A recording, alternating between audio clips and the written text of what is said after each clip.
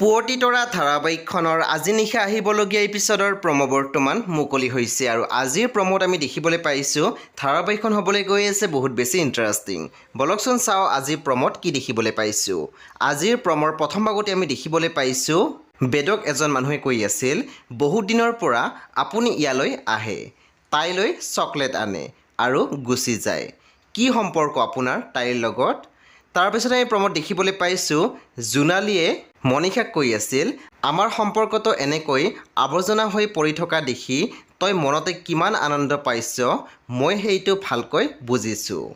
তাৰপিছত আমি প্ৰম'ত দেখিবলৈ পাইছোঁ বেদই অনুক লগ কৰিছিলে আৰু তেতিয়া বেদই অনুক কৈ আছিল আপুনি কাইলৈৰ পৰা পুনৰ গাড়ীখন লৈ ষ্টেণ্ডলৈ আহি যাব।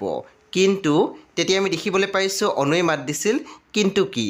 পুনৰ আমি দেখিবলৈ পাইছোঁ বেদই অনুক কৈছিল এইবাৰ আপুনি ল'ৰা হৈ নহয় ছোৱালী হৈ গাড়ী চলাব লাগিব।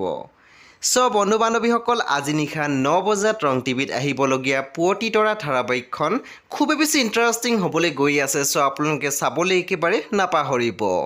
পৰৱৰ্তী আপডেটৰ বাবে আপোনালোকে আমাৰ চেনেলটো ছাবস্ক্ৰাইব কৰি কাষত থকা বেল আইকনো টিপি দিবলৈ একেবাৰে নাপাহৰিব।